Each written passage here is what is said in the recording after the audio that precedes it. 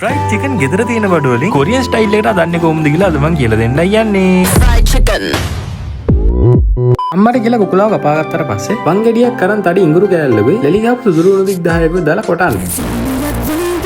කොටපු තලපේ ගම්බිරිසුයි මිරිසුයි ලුණුයි soya සෝසුයි කෑලි මිරිසුයි දාලා හොඳට අත ගන්න. ඒක මුලින් යනකොට පස්සේ ඒකට පාම්පිරි කෝප් එක අමාරක් දාලා වතුර තේ ඇඳි 16ක් හරියට මැනලා දාලා අනන්න. ඊට පස්සේ ඔයාලා පැයක් කූල් වෙන්න දාන්න LG ලීටර් 471 ලිනියර් කම්ප්‍රෙසර් එකක් තියෙන ඩබල් ඩෝස් මාටින් වල ෆ්‍රිජ් එක.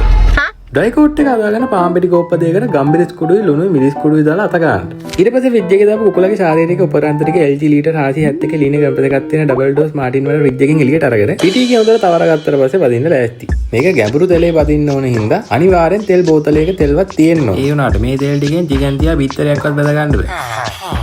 අද මම චිකන් හදන්න ගන්නේ ගෝල්ඩ් විනේගි සන්ෆ්ලවර් කුකින් ඔයිල් එක. මම මේක ගැන ආසම දේ තමයි මේකේ කිසිම මුඩු ගඳක් එන්නේ නැති. ඒ විතරක් නෙමෙයි සූර්යකාන්ත මල් වලින් හදන ඉඳ සත්තුන්ගෙන් එන ට්‍රාන්ස් ෆැටුත් නැහැ කොලෙස්ටරෝලුත් නැහැ. කුලප්පුවක් නැත්තම් වෙලාව තියෙනවා නම් පුළුවන් නම් මේ චිකන් එක ඩබල් ෆ්‍රයි කරන්න. එක පාරක් බෙදලා ආයෙ පාරක් බෙද්දම චිකන් එක කරස් ගන්න. සෝස් එක දාගන්න පෑන් එකට තෙල් පොඩ්ඩක් දාලා සුදුලුණු මේසෙන්දක් වගේ දාලා පොඩ්ඩක් කරවෙන්න තියලා ගෝතු දැන් මේසෙන්ද දෙකක් දාන්න.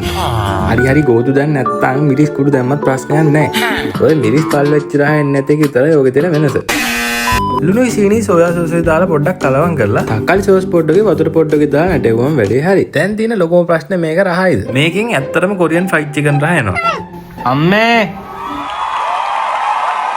මේ මොනවද මේ? කරමිල සම්බෝල. ආ